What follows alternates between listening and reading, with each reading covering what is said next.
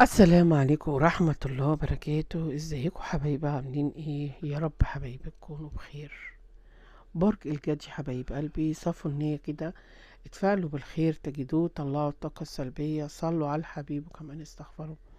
طبعا حبايبي اللي أول مرة بيزوروا قناة أم أحمد، ما تنسوش تعملوا اشتراك وشير ولايك للفيديو. حبايبي ولادي واخواتي الموجودين في القناة حطوا اللايك.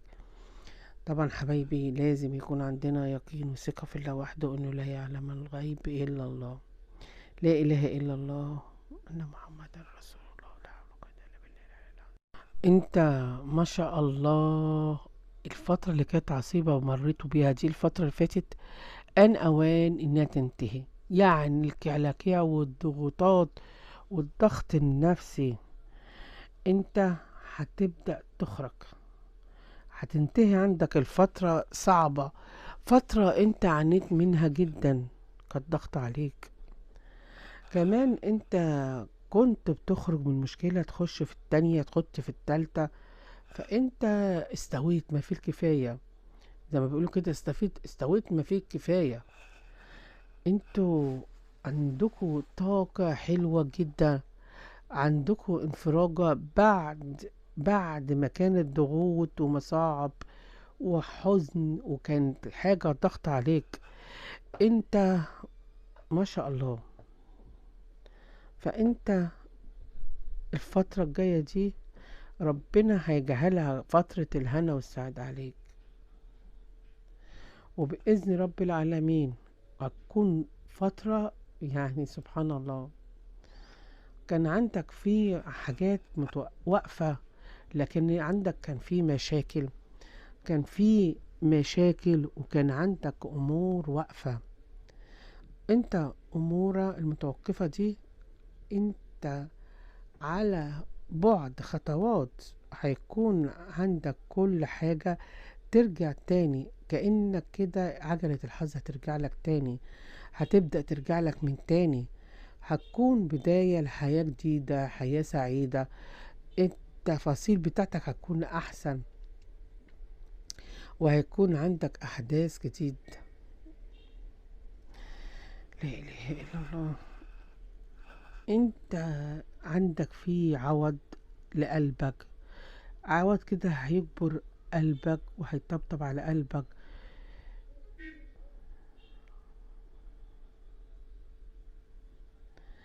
انت عندك العوض، وده من عند رب العالمين.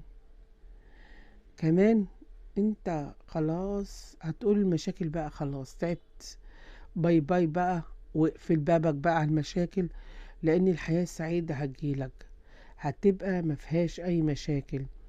كمان حاول ان انت يكون عندك تفاؤل، لان الامل هيبدأ يتجدد معاك، هترجع تاني. هيكون عندك امل في حاجات كتيرة كان منتهى الامل جواك من ناحيتها خالص وقفلتها، لا هيرجع تاني.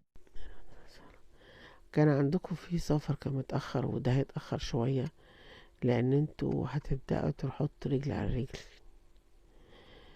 آه هيتأخر معاك فترة صغيرة، لكن انت لو في سفر او عايز تخرج مش هتخرج، لان السفر ده كان بيتعطل، وفي الاخر انت هتوصل للهدف اللي انت عايزه مهما اتأخر عليك. وعسى ان تكرهوا شيئا وهو خير لكم. لا اله الا انت رسول الله، لا. انت اللي جايب لنفسك الطاقة ديت، الطاقة السلبية دي انت اللي جايبها لنفسك، انت اللي عامل الطاقة دي، انت اللي بتتعب نفسك وجع نفسك. اطلع، اطلع من الطاقة دي. انت عندك كده معظمي، اه انت عندك كده، عندك شوية افكار القديمة لسه ما زالت في دماغك.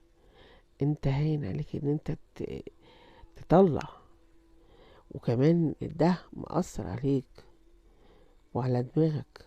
انت لو بتظهر لك حاجة زي كده بتكون افكارك القديمة، وبتفضل تفكر، ما بتتنزلش عن افكارك، بتبقى ما بتفكر في شريك حياتك والحاجة اللي كانت معرقلة انت بتبدأ تجيبها قدامك وتبقى يعني تكتشف، وبتكتشف حاجات كتير. يعني انت قدامك حاجات كتيرة وانت واقف مستني، يعني عندك رجل ورا ورجل قدام، انت مش عايز تخش الخطوة. وبعد كده عندك ادمان لحاجات قديمة، شريك حياتك القديم، حب عمرك القديم. انت بتدعي على الناس اللي وجعتك. انت هتفضل موجوع لامتى؟ لغاية امتى تفضل موجوع؟ يعني انت الدموع مسيطرة عليك في كل حاجة، ومسيطرة عليك قوي، بتدخلك في حالة ان انت موجوع فيها، مبقاش عندك حاجة تستاهل.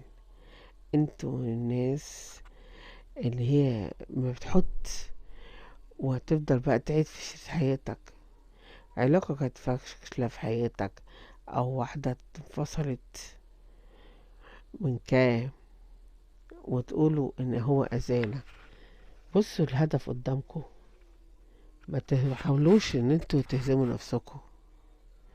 بص للحياة اللي جاية، في كل حاجة اللي انتوا دخلتوا فيها من سنين، انتوا في واحد ابيض هيعمل لكم الحاجة على خير، وهتبدأوا خطوة خطوة.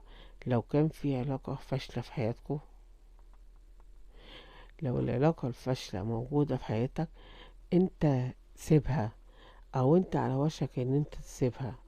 بعد ما تسيب العلاقة دي، لو انت سبتها بالفعل، ابدأ خد خطوة، افتح البيبان للجديد، افتح لعمل جديد.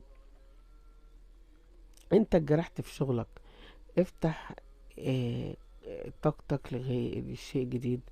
دور على شغل جديد، حياة جديدة، حاجات تناسبك. انت من النوع اللي انت طويل وطمم اللي حواليك، انت بتحب ولادك وبتحب الاستقرار، عندك حب وعدم استقرار فوق الحياة. ده بالنسبة لك انت كل اللي بتعمله، وفي الاخر كده تلاقي نفسك ان انت بتفكر هتلاقي في زوجة كويسة في المكان، او او انت تلاقي زوجك. طبعا احنا انتوا عارفين في اي شيء انتوا متعلقين بيه هيبدأ ان هو يفتحه لكم. انتوا بتحبوا الاسرة، بتحبوا ان يكون عندكم في استقرار. لازم تنتبهوا، خلي بالكم من الاستقرار النفسي طول ما هو موجود في حياتك. انت اي حاجة عندك لو صغيرة حتى بتعطلك حياتك. انت صدمت في صديق واتوجعت فترة كبيرة، زي ما يقولوا كده قدامك، انت خاطب وحاطط رجلك برا، انت واقف للقديم، واقف عند المكان القديم. يعني انت رجل برا ورجل جوه، حاول ان انت تدخل، اطلع كده قدامك الطريق مفتوح. بس اول ما تطلع هتلاقي الطريق المفتوح، هتطلع من اوهامك واحزانك، وهتلاقي قدامك الطريق مفتوح لبكرة، لكل شيء حلو هيظهر لك في حياتك. لا اله الا الله محمد رسول الله. انت عندك فيه قلب، عندك حب جديد. اما تخرج من التعب اللي انت فيه، عندك فيه علاقة حلوة جدا. يعني فيه رسمة للقلب، ناس بتتقبض كده وفيها مفتاح في ايديكوا.